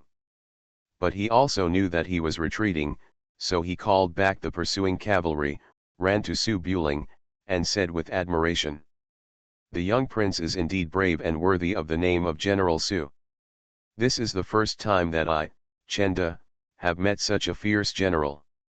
If I can follow the young prince to fight, I would be happy to let me lead the horse." Cao Meng's face was full of admiration. "Of course, are you kidding me when you think we are the martial arts champions in the rivers and lakes? 1 against 1,000, even without us, these weaklings can't do anything to Master Su." Su Buling raised his hand casually. "There are scouts and falcons everywhere, and a large group of pursuers will arrive soon. Save your energy and talk when you are in a safe place." Chenda and Cao Meng quickly shut up and laughed. Ningqingyi walked in front of Su Buling, with a little sweat on her forehead from riding a horse, and some blood on her white skirt. Her expression was not as passionate as the men around her, but a little depressed. After Su Buling met the enemy, he closed the distance to prevent Ningqingyi from getting hurt. Seeing that Ningqingyi looked unhappy, he thought he had been negligent and hurriedly moved closer. "Qingyi, are you injured?" "No." Ningqingyi held the sword and glanced at Su Buling a little embarrassedly. I didn't kill any enemies just now, but I chopped down 2 horses." Su Buling breathed a sigh of relief. Seeing that Ningqingyi actually felt a little guilty, he shook his head and said, "When cavalry charges, chopping people and horses is the same. Falling off the horse means death. You have never been on the battlefield, and you don't need to go in the future, so don't worry about these things. Ning Qingyi is a cold and arrogant person, and his martial arts are not inferior to those of men in the world. When he went to the battlefield, he suddenly found that he was no different from Manzi. He felt a little frustrated, smiled lightly, and said nothing more. The group had just evacuated from the place of battle, and the soldiers who had just been injured were bandaging themselves immediately. But before he had run for long, a soldier in the back suddenly shouted, "They're back! They're back again." Su Buling frowned when he heard that and looked back, only to see that the remnant soldiers who had been frightened just now had turned back and rushed back. There were 2 more horses in front of him, running very fast, not slower than the chasing horse under his crotch, leaving the remnant soldiers behind with a single arrow. And further behind, there was a black cloud, with at least 3,000 cavalrymen at a glance, and the rumbling of the horses' hooves was like thunder. The prince is very fierce. Author, Guan Zi. Chapter 587. Damn it, why are there so many? When Chen De turned around and saw this scene, his face turned pale. If 200 cavalry charges 400 men, there is no chance of winning as long as they are brave enough, but if 200 men attack 3,000 cavalry, the opponent will still be the vanguard of Northern Qi, one of the most elite armies in the world, 200 heavy cavalry equipped with armored equipment. Can't even beat them, let alone them. Su Buling's face darkened a bit. He could block 1,000 with one. It was possible to kill 1,000, 2 or 3 in his heyday, but that was the maximum number of people he could kill before dying of exhaustion in a desperate situation. Facing 3,000 people, even 3,000 infantry can kill him, let alone 3,000 cavalry. Run separately. They are coming for me. If you follow me, you will definitely die. Su Buling saw that Northern Qi sent 3,000 troops to encircle and suppress him, and knew that his identity had been discovered. He has a higher strategic value than Taiyuan City. If you can capture him, it is possible to exchange at least 2 Ziliang states and force King Su to surrender to Northern Qi. Su Buling definitely couldn't be caught. With 200 cavalry, he couldn't get rid of the more powerful Qi army. At the moment, he could only let his troops disperse and break out. The Qi army's target was him, and it was impossible to divide the troops to chase the stragglers. After Su Buling gave the order, he raised his hand to lift Ning Qingyi from the horse, held him in his arms, and accelerated the horse to rush forward. Chen De also knew the current situation. They were too weak and following Su Buling would be a burden. He raised his hand hurriedly, disperse, break out individually and gather in Huazhu. Promise. 200 Kinki were ordered to stop, and they immediately left one by one and scattered into the side of the snow field. Mrs. Cao Meng was still here with Su Buling, and she immediately said, "Master Su, be careful in everything. Cao will rush to Suzhou today. See you again tomorrow." After saying that, he flew away. Ning Qingyi was suddenly lifted into Su Buling's arms, and her expression changed slightly. However, facing the wave of pursuing soldiers, she didn't care about it. She turned over and sat behind Su Buling, holding a sharp sword to avoid the arrows. The attack from behind allowed Su Bulenling to concentrate on his way. The team dispersed, and soon only Su Buling's horse was left, galloping on the snowy field. In order to prevent the Qi army from chasing Liu Jiabao, Su Buling changed direction and rushed directly to the Luoyang mountain area. Half a mile away from the rear, Zhou Zhan and the right prince's eldest son Zhang Kai were running side by side, leading 3,000 cavalry to pursue them with all their strength. They ignored the soldiers who were fleeing to the side and clung to Su Buling. Zhang Kai was holding the dragon pattern, his eyes full of enthusiasm and joy, as if he saw a big fat sheep in front of him, and he even forgot the anger of his general who died in battle. He thought he could only catch a few small fish after clearing the countryside, but he never expected that he would hit a big dragon not long after entering the pass. Just now he heard that the scouts had come to report that Zhang Han had been dismounted when he met him, and that his 400 light cavalry had been defeated. He was still wondering whether the scouts had gotten the wrong news and ran into Daio's heavy cavalry.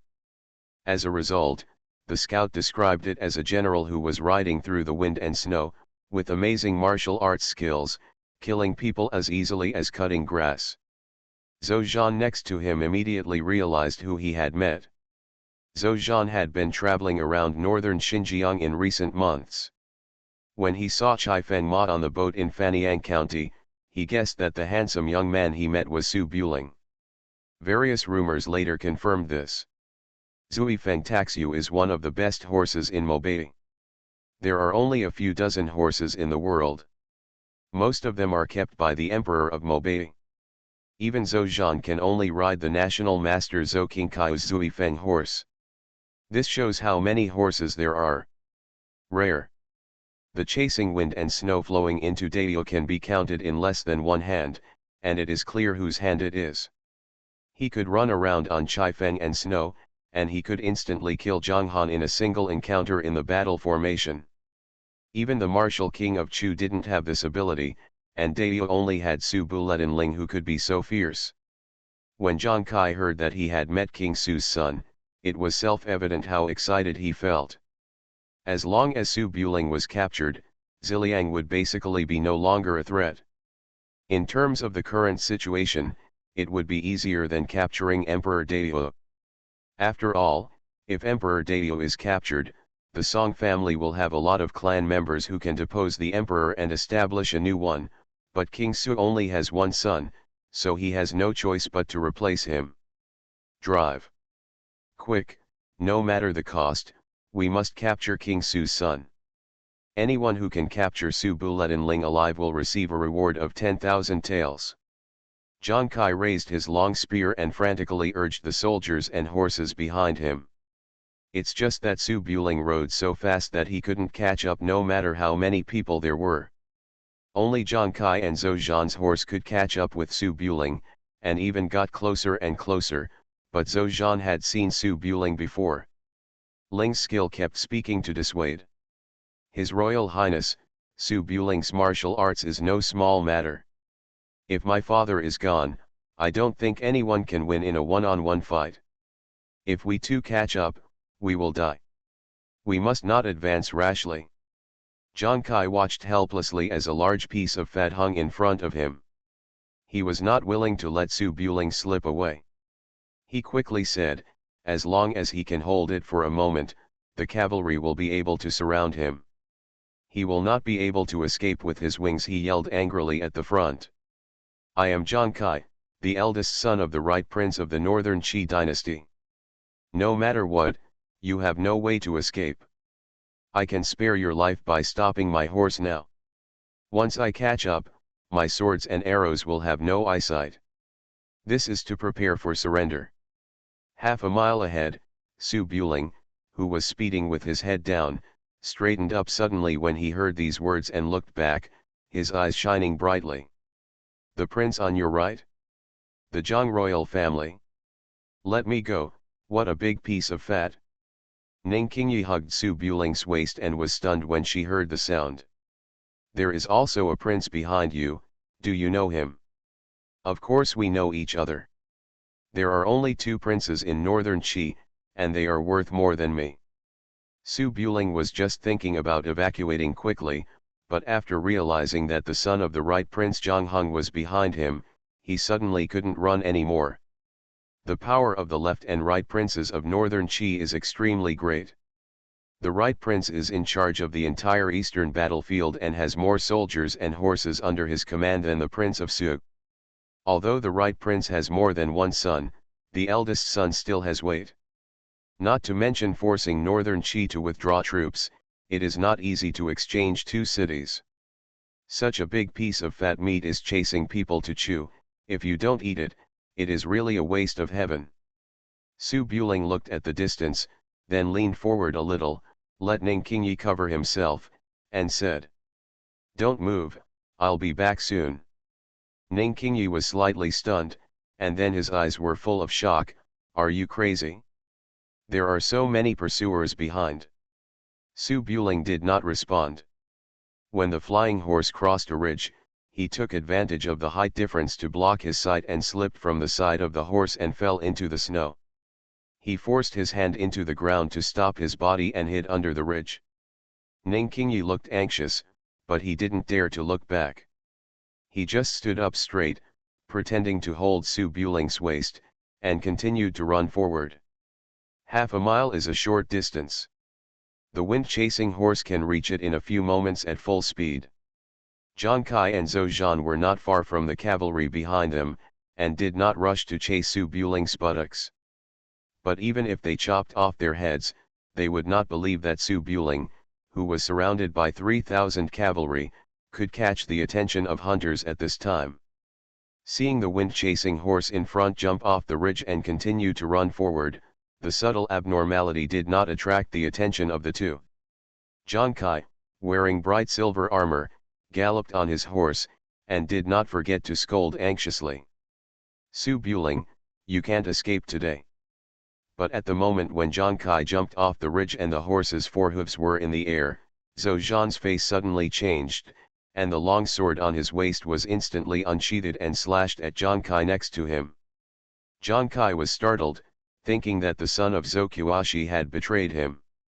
Just as he was about to raise his hand to block, he found that the horse sank slightly, and then a boot kicked out from under the horse's belly, accompanied by a sentence. "Ah, beat it."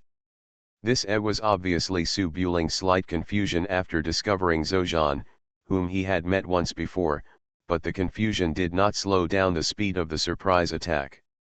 The unprepared kick had already reached Zhou Zhan's abdomen at the moment when Zhou Zhan drew out his sword. Before Zhou Zhan's sword could be thrust out, he was kicked into a shrimp with a bent waist, and soared up from the bottom to the sky, spitting out a mouthful of old blood in the air. Zhang Kai's face turned pale in an instant. They were so close to each other that the long spear was useless. He quickly touched the sword on his waist. Unfortunately, after the person under the horse kicked out, his figure had already come to the horse, and he slapped his palms on both sides of the helmet, flattening the helmet a little. Zhang Kai didn't even utter a groan, and he lay straight on the horse's back, with his long spear falling to the ground. The 3,000 cavalrymen behind him watched the man in white suddenly appear, and then the son of the national teacher flew into the sky. The life and death of the right prince was unknown, and they all went crazy, whipping their horses frantically to chase, shouting angrily. "How dare you! Your Highness!" Su Buling heard the sound and turned back to wave. "No need to be polite, goodbye." He then tied Zhang Kai with a rope, jumped onto Zhou Zhan's chasing horse, and pulled Zhang Kai away. The carriages of the Northern Qi national teacher and the right prince, two chasing horses, can only catch up with the birds in the sky and the cheetahs on the ground, and the thousands of light cavalry behind them are obviously impossible. After Zhou Zhan landed, he didn't care about the throbbing in his chest and abdomen. He got up and ran as fast as he could, angrily saying, "Su Buling! You are so bold, let go of His Highness the Crown Prince." The voice was full of anger, but it was hard to hide the fear. In order to boost morale, the right prince let his own son lead the charge, and repeatedly told him not to make any mistakes beforehand. He had just entered the pass, and the right prince's son was kidnapped in front of the army. Not to mention whether it would affect the overall situation, he couldn't imagine how he would report back. Even if he ran desperately, he couldn't outrun the wind-chasing horses, and was soon overtaken by the cavalry behind. The cavalry risked their lives to chase, but they couldn't outrun the three wind-chasing horses in front. The crown prince didn't dare to shoot arrows in front, and could only watch Su Buling fly away. Thanks to Mu Jianli for the reward of the leader. Thanks to Ting Miankuk for the reward of 30,000, becoming the 27th leader of this book. Thank you for the 10,000 yuan reward from. I'm really sorry, I finished writing at 5 a.m., but I couldn't resist and fell asleep. I'll probably update 2 chapters tonight, and I might be late. I'll be back to normal tomorrow. I'm really sorry Orts. The prince is very fierce. Author, Guan Zi. Chapter 588. At the Ningguo juncture, the war quietly stopped. The corpses on the city walls had been dragged away and piled outside the pass wall. The endless troops and horses were still coming from the north. From time to time, large groups of soldiers and horses entered the pass and merged in Qi Army camp. The main force of the Qi Army has gone to Taiyuan, 100 miles away, and the rear commander is stationed in Shenqi County. Shenqi County is a small border county with a population of less than 1,000 people. The people who were suddenly affected by the war hid in their houses and shivered from the thunderous sound of horse hooves outside. However, as Su Buling said, the northern Qi army was reviving the country, and returning home they looted and massacred the city as soon as they entered the pass to boost Daio's morale. The people in the south would definitely rather die than surrender after learning about it, and they would definitely not no longer recognize them as the old masters of the previous dynasty.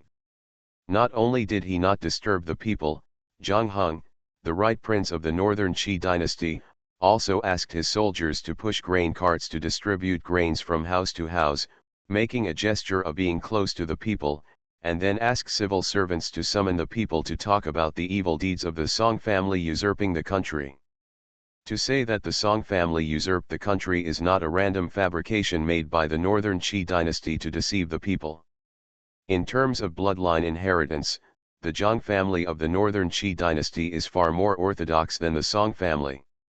The emperor of Zhou divided the princes into feudal lords. The Zhang family was enfeoffed in the territory of today's Qingzhou. The country was named Qi and he was the first king of the country. For Zhangzia, it can be said that the Zhang family has been a member of the aristocratic class since the beginning of historical records. Although it has experienced ups and downs over thousands of years, the bloodline inheritance has been well documented and has never been interrupted from generation to generation. As for the Daio Song family, they claim to be descendants of the Song Xianggong, but there is no historical data to support it, and no one can tell whether it is true or false. The Zhang family of Deqi established the country in the Central Plains for 300 years and created an unprecedented prosperous era. The main reason why the country was destroyed before Jiazi was not due to lack of national strength. Although the last emperor of Deqi was a bit fatuous at that time, it was not to the extent of causing harm to the country and the people. It was just because of his lack of ability and the power of the warlords in various places that he could not suppress the civil strife. It happened that he ran into Su, the god of war who had not been seen in hundreds of years. It can be said that when Deqi was at its strongest, he was suddenly destroyed. However, these old stories of adulthood are naturally incomprehensible to the common people who face the lowest and back to the sky. It doesn't matter who becomes the emperor anyway, as long as they don't kill people and don't steal food. Seeing that northern Qi actually gave away food, the people in the small county town, the panic slowly subsided. The town was brightly lit, and many northern Qi generals and staff were running back and forth on the streets, conveying the war situation and military information in various places. In a small bean curd shop in the town, the young daughter-in-law, with black ash on her face, was hiding in the kitchen making bean curd. The shopkeeper stood at the door cautiously, keeping a smile and not daring to show any disrespect. Everyone who came and went would call him Junyet. The shop is not big, with only 4 small tables. At the table by the window, a little girl with braids sits quietly, resting her chin on her hand, looking at the market outside, feeling a little depressed. A man in a white fox fur sat directly opposite. There were several plates in front of him, including steamed cakes, meat buns, candy men, etc., all of which were just found in the county. Little Peach Blossom, you were so greedy just now, why didn't you eat it? The sweet-scented Osman thus cake that just came out of the cage will get cold after a while. Little Dahua pouted and snorted softly, there were a lot of people killed in the war just now. My mother didn't like fighting the most. Dad didn't come back because he fought with others, and his uncle was also missing. Zhou Qingkaiu, who was the imperial master of northern Qi, sighed softly at his young apprentice's words. Your father is a martial artist and master, and I are a counselor. It's different. What's the difference? It's not all murder. Once a person dies, everything is gone. There is a difference between public and private. The two armies have been fighting against each other for 60 years, and people died every day. It costs a lot of money to raise so many people and horses. The money will eventually be shared equally with the uncles and uncles who farm the land. It is possible to start an army and fight. A generation will die, but if the world is unified, the people's lives will be much easier. Fighting now is so that you don't have to fight in the future. The sin may be in the present, but the merit will be in the future. You will understand in the future. Little Dehua couldn't think about the problem from Zhou Qingkaiu's point of view. She couldn't understand it, so she just hummed, still feeling a little depressed. Zhou Qingkaiu shook his head and sighed, and did not continue to preach. He picked up the sweet-scented Osmanthus pastry, broke off a piece, stuffed it into his mouth and chewed it slowly, watching the various things outside with little peach blossom. Soon, the shopkeeper brought 2 bowls of bean curd and placed them in front of the 2 distinguished guests. Little Dehua liked to eat bean curd very much. She took the small bowl and said politely, "Thank you, uncle." I'm sorry. Miss, please eat slowly. If you need anything, just tell me." The shopkeeper was naturally frightened and nodded quickly. Little Dehua grew up in the market and didn't like being treated like this. She pursed her lips, picked up the small bowl of bean curds, placed it on the table at the back, and ate by herself with her back to the master. The master and apprentice were eating in a small shop. From time to time, scouts came flying from the battlefield to pass on military information to Zhou Qingkaiu. The offensive was expected, and there was nothing to say. After taking a few glances, Zhou Qingkaiu said, he put it aside with him. Just before the meal was finished, there was a sudden noise on the streets of the small county town. Little Dehua, who was eating tofu pudding, raised her little face and looked out the window, and suddenly she was happy. Eldest brother is back, ah! Why is eldest brother vomiting blood? Zhou Qingkaiu had heard the movement a long time ago and was already on the street. Zhou Zhan was almost kicked to death by Su Buletin. Zhou Zhan was seriously injured and blood was still oozing from his mouth and nose. Pegasus ran up to Zhou Qingkaiu and fell down. Zhou Zhan said urgently, "Dad, His Royal Highness was kidnapped by Su Buling."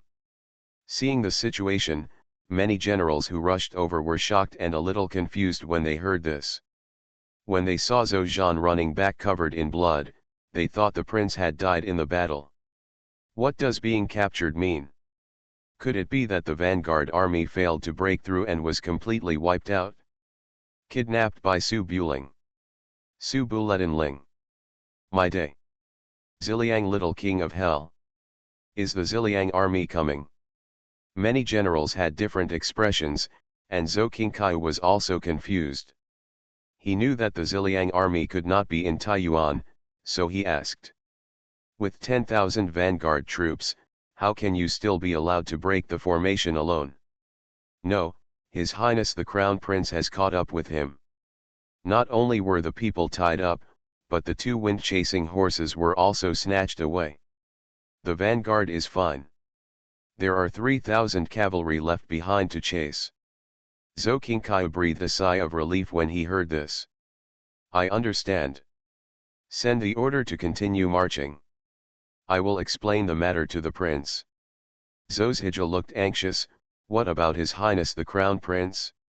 If the Crown Prince falls into Daio's hands, the consequences will be disastrous. The right prince of the northern Qi dynasty, Zhang Heng, had many sons, but Zhang Kai was the eldest son, and his mother was the legitimate daughter of a prominent family in the Northern Qi dynasty. Although this is unlikely to stop Northern Qi's restoration of the country, we still have to work hard to preserve it. We cannot treat Zhang Kai as dead. Zhou Qingkai thought for a moment, I'll make the arrangements. You go down to recuperate first. Father, be careful, Su Buling is no ordinary man. You know that he is not an ordinary person, but you still bring the prince to someone else's house. Zhou Zhan opened his mouth, but had nothing to say. He didn't know that Su Buling was so courageous. There were eldest sons on both sides, and his eldest son was so stupid. What could he do? On the other side, the building boat was docked by the Liujiabao River. Many girls gathered on the deck, making a fuss and discussing how to deal with it. After Xiao Qi saw the beacon tower being lit, she knew that there was a big flaw in Ningguoguan. She didn't wait for half a quarter of an hour and left directly. She arrived at Liujiabao, which had no strategic value, and waited for Su Buling to turn back and rendezvous. Not long after waiting at Liujiabao, Nightingale ran over with a few girls, but Su Buling was not there, saying that she had gone to intercept the pursuers. A boatload of women waited for a long time, but Su Buletinling did not come back. They were obviously anxious. Lu Hongluan was most worried about Su Buletinling. Her face turned pale and she said nervously, "Is anything going to happen to your child? What should I do?" Ning Yuhe was even more worried, and King Yi, this dead girl, who allowed her to be so strong. Xiao Xiang received a different family education and knew more about the situation between the two countries. At this time, she was still calm and comforted softly. "Don't worry. Su Buletinling's identity is there." He stretched out his neck and let Bai Qi chop him. Even Bai Qi was reluctant to chop him. At most, he would be caught and his life would not be in danger. Qing Ye is in front of Su Buletinling. Su Buletinling will take care of her. Xiao Qi knew that Su Buling would not be in danger, but this was obviously not good news. Being caught by Prince Yu of the Northern Qi dynasty, the Su family immediately changed from active to passive, and the follow-up plan could be said to be completely watered down. But a headache is a headache. Xiao Qi has never been a woman who worries about gains and losses.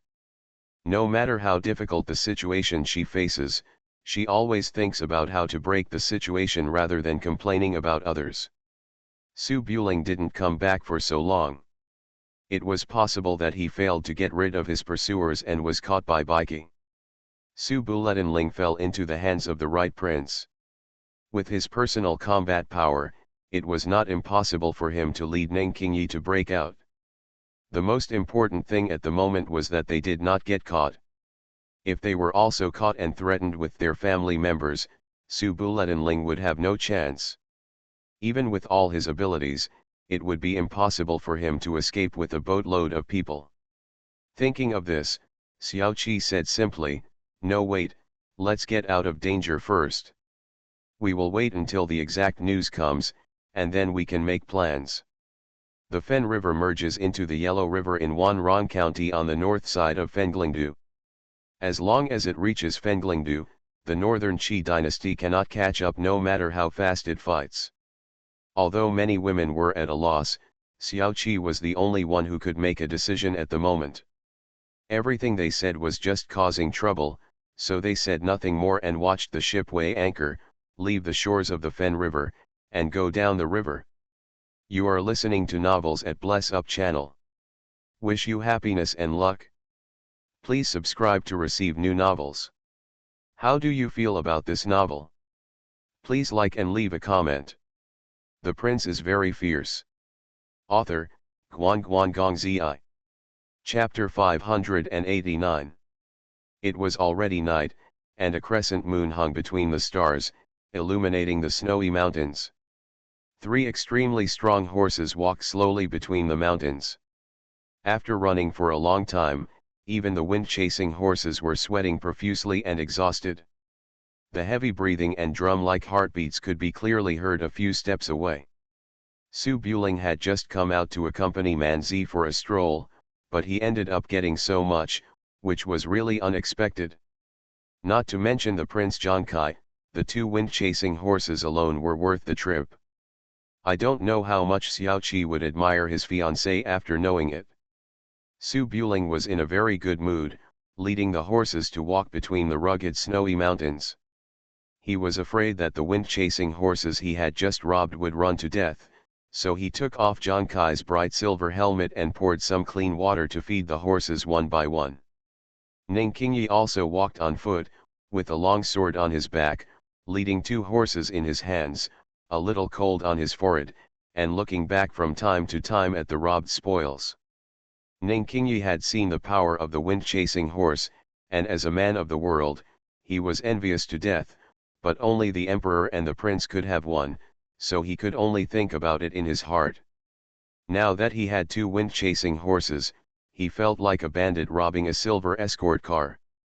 He was afraid that the horses would be tired, and he wanted to push Zhangkai off the horse several times. And the prince of the right, Zhangkai, was beaten a little hard by Su Buling. At this time, he was still unconscious and lying on the horse's back. His hands and feet were tied and he couldn't move. Occasionally, when he was bumped, he would hum instinctively.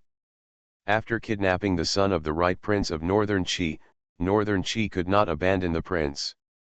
There was an eagle hovering in the sky, always watching Su Buling's whereabouts and guiding the pursuers behind. No matter how fast Su Buling's horse was, it was impossible for him to get rid of the eagle. In order to prevent the falcon of Northern Qi from discovering the receiving ship first, he could only lead the pursuers away and run to Luoyang Mountain, 300 miles west of Taiyuan. There were soldiers stationed in Luoyang Mountain, and the rugged mountains and fields were not suitable for cavalry to march. As long as they reached the Luoyang Mountain military camp, the two wind-chasing horses and a prince would be considered successful. After running for most of the day, Su Buling ran more than 100 miles and had entered the barren mountains and ridges within the jurisdiction of Luoyang Mountain. The border was sparsely populated, and Luoyang was too barren. It was estimated that there were no people within a radius of dozens of miles. The pursuers behind had long been invisible, but there were still falcons circling in the sky, and they must not have given up tracking. However, it would take a lot of time to chase them from the mountains and fields. After seeing that he had temporarily shaken off the pursuers, Su Buling was a little tired. He found an area with a wide view in the mountains and fields, stopped and took a rest. Ning Qingyi ran for a day and walked more than 10 miles of mountain roads. He was very tired. He sat on the ground in front of Su Buling and picked up the water bag to quench his thirst. Ning Qingyi was only wearing a white dress when she went out for fun. She was not afraid of the cold because of her high martial arts skills. The fabric was relatively light and thin. How quickly she drank the water, the clear water drops slid down from the corners of her lips and dripped onto the snow-white collar, which soon revealed a hazy flesh color, and a corner of the lotus embroidery could be vaguely seen inside. She tilted her head to drink the water, her white throat rose and fell slightly, and this swallowing action, very moist. Su Buling looked sideways, not knowing what he thought of, coughed lightly, and tilted his head to look at the three big horses next to him. Ning Qingyi drank the water, and her eyes were also on the horses next to her. When she heard Su Buling's cough, she thought Su Buling was dissatisfied with her drinking all the water by herself, so she stopped drinking the water and handed the water bag to Su Buling. "Here, there are water bags on the three horses, and you can't finish it?" Su Buling smiled lightly, and did not refuse. He took the water bag and prepared to drink it head first. But Ning Qingyi raised his hand to block it, frowned and took out a handkerchief, and wiped the mouth of the water bag a few times. "I just drank it, why did you drink it directly from your mouth? It's time, why are you still fussing about this? The pursuers haven't arrived yet, so I'll fuss about it if I can." Ning Qingyi wiped it clean before putting away the white handkerchief. Su Buling saw that Ning Qingyi was bothered, so he didn't drink from his mouth, but raised it high, tilted his head back to catch the water in the water bag, and his action was quite chivalrous. This action seemed familiar. Ning Qingyi remembered the first time they met. It was also a snowy night in winter. Su Buling gave her the wine pot, and she drank it like this while lying on the bed. It's a bit troublesome to drink like this, and it's hard to swallow. Ning Qingyi blinked his eyes, thinking that he was a bit too particular. Anyway, he wiped it clean, so he raised his hand and pressed the water bag directly to Su Buling's mouth. I wiped it clean. Puff. Suddenly, the water bag tilted out and almost poured into Su Buling's nose, choking him and spraying out a mouthful of water. The fastest update mobile version.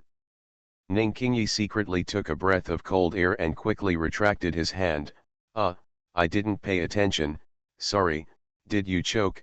He said and patted Su Buling on the back. Su Buling coughed a few times, looked at Ning Qingyi carefully, and after making sure that she was not joking on purpose, he had nothing to say. Forget it, I'm fine. Su Buling wiped his lips with his sleeve, put down the water bag, and looked at the 3 wind-chasing horses next to him. Do you want the white one or the brown one? Ning Qingyi liked the horse very much, but she knew the weight of the wind-chasing horse, and she was just running with it today, and she didn't put in much effort, so she declined politely. It would be a waste for me to ride it, and good horses should be given to those who need them. Ning Qingyi's people in need obviously refers to the border soldiers under the command of King Su. Unexpectedly, Su Buling thought about it and said. That's right, Chuchu's camel is lost. Chuchu. Are you kidding me? I'm exhausted from running so far. Ning Qingyi's expression condensed, and she turned around. No, she didn't help with anything today, why should I give it to her? I want the white one, and you can use the remaining one to please women, I have no control over it. Then he stood up, moved the white horse to his side, and tied it in front of him. Su Buling knew that this trick would work every time, and nodded in a funny way. Deal, I thought you didn't like it. How could I look down on such a good horse? Ning Qingyi sat down again and glanced at the white horse, 3 horses chasing the wind and snow, it's hard to tell them apart. Do you have a name for your horse? Su Buling's chasing the wind horse was given to him by King Su after he entered Chang'an. He didn't give it a name. He wasn't very interested in horses when he first came here, and he didn't bother to get them, so he always called them chasing the wind horse. Wind-chasing horse and snow-traveling horse are types of horses, and it's obviously not okay to call them that if there are too many horses. The one owned by the current emperor is called White Jade Lion, and the one owned by King Chu is called Blood Rouge. Mine doesn't have a name yet, how about you pick one? Here's an ad. The reading app I'm using recently, Changyuan Artifact app, has many book sources and a full range of books. Ning Qingyi looked at it carefully and said seriously, if your horse is black, let's call it Dahe. If my horse is white, let's call it Dabai. Dabai. You ride Dabai, I can't watch the show. Su Buling had a strange expression, hesitated for a moment, and raised his hand. How can you ride Dabai? Well, this name is too casual. Ning Qingyi frowned slightly, it's just a horse, why are you talking about it casually? If you think you are uneducated, just come and get it. Anyway, you can write poetry and know a lot. Su Buling nodded and thought carefully. The horse was snatched from the crown prince of northern Qi. How about we call it Prince Bai? How majestic he is when he rides it. Ning Qingyi narrowed her eyes slightly. Prince Bai is Song Yufu's goose. She told Man Zi that that goose has the same virtue as you, how can I ride you? Really? Su Buling didn't expect that Qingyi knew this and couldn't take advantage secretly, so he laughed awkwardly. Neither of them had any good ideas. Ning Qingyi thought for a moment and then said. How about calling them White Vuchang and Black Vuchang? One black and one white go well together. Su Buring blinked. What about the brown one? Brown is impermanent, big brown is also fine?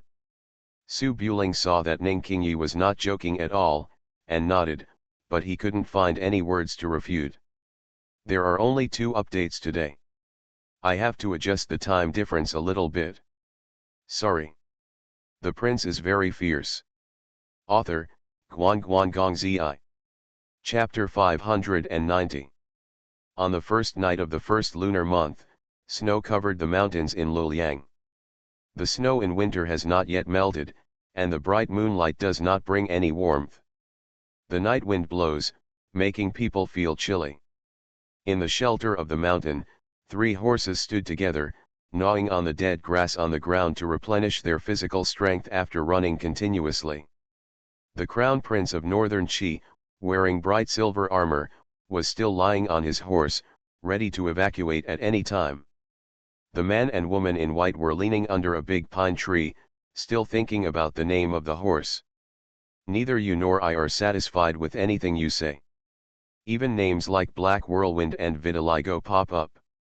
It's really boring.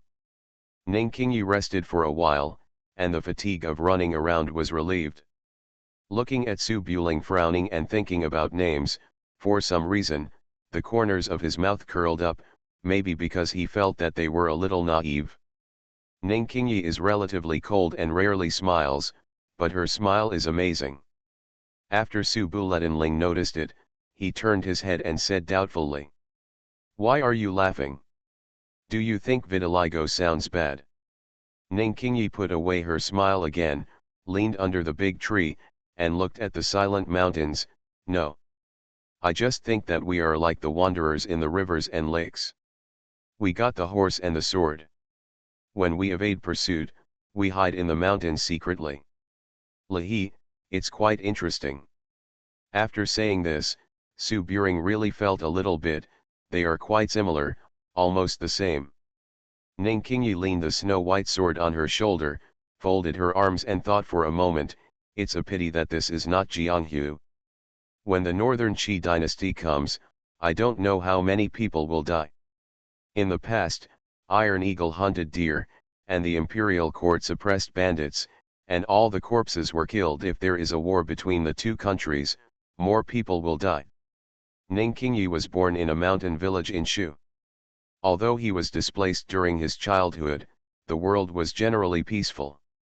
The government sieges and suppressions he had seen only involved thousands of people at most, and hundreds of thousands of people fought. Maybe since he was born, he has only been told by storytellers. I have heard it before, and most of it has been glorified. I definitely have no idea about the war between the 2 countries.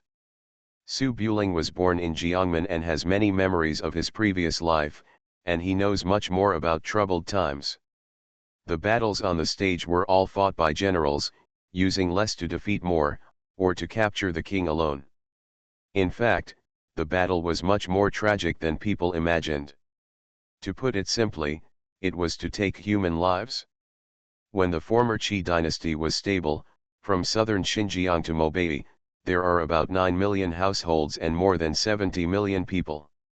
How many people do you think were left when Daio founded the country after more than 10 years of chaos? Ning Qingyi naturally didn't know, so she turned her head and said, "How much?"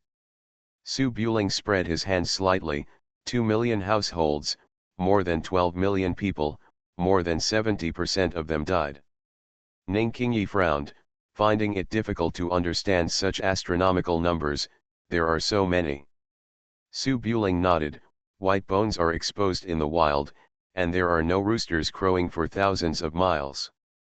There are more than 100 people alive, and the thought of them is heartbreaking. These are clear records in the history books. You will know after you read them. In Suzhou, Daio was unable to pursue the Zhang royal family who fled to Mobei because there would be no one left if they fought again. It took Emperor Xiaozong and the late emperor 2 generations to restore the population to the peak of Deqi. About 50%, I still haven't fully recovered. Ning Qingyi's eyes showed fear. 7 out of 10 will die. I heard that there were not so many soldiers back then. Su Buling sighed, the people who die the most in wars are always the common people, and most of them die not on the battlefield, but on various disasters caused by wars. At the beginning of the war, the various forces will show some restraint, but the army's depletion is serious, and they will inevitably recruit strong men to replace them. The farming population has dropped sharply, and they have begun to grab food in order to replenish food. In addition to famine, there are also plagues caused by war, etc. After completely falling into troubled times, how to treat the common people depends entirely on the conscience of the soldiers. The humane ones may be spared a life, but the inhumane rapes and plunders, massacres of villages and towns, and the use of women and children as military food are simply ignored. This situation lasted for more than 10 years, and 70% of the time he died was lucky. If my grandfather Sulai hadn't come out of nowhere and pushed away the warlords from all sides, there would have been no chance of survival. Otherwise, why would people call the war a military disaster? Ning Qingyi frowned, then why are we still fighting? Everyone is dead, is there any point? Su Buling spread his hands, it's just a redistribution of power. This is unavoidable. When conflicts accumulate to a certain extent, turmoil will inevitably occur. It's just like our Su Wangsu family, who has achieved such great achievements that the master has no reward, and still holds the military power. If the Su family has no intention of rebelling, the imperial court will take precautions. If the imperial court has no intention of reducing the vassal status, the Su family will also be on tenterhooks. Now there are only two ways left. One is to continue to be suspicious of each other. Sooner or later, there will be a day of military confrontation. Second, my Su family gave up military power to reassure the court. What do you think the Su family should choose? Ning Qingyi blinked, giving up military power, does it mean that two people suspect that the other wants to kill them, so you give someone the sword and say, I have no sword, you can kill me at any time, but I can't kill you, now you can rest assured not to kill me, right? Su Buling was very satisfied with this metaphor and nodded, well, isn't this because his head is filled with water, so it is impossible to hand over the military power? If not handed over, the court will be more suspicious. The more suspicious the court is, the more afraid my Su family will be. The tighter we hold on to each other, the deeper and deeper the conflict will become, and then a spark will come over and it will explode. Ning Qingyi nodded lightly, then, it seems like there is nothing we can do about it, but so many people died in the war, so we can only watch. The general trend is that war is unavoidable, but how many people will die depends on how the fight is fought. As long as the fight is fast enough, the population loss will naturally be reduced a lot. I am afraid that several forces will fight for separatism and fight back and forth. No matter how many people there are, not enough to die.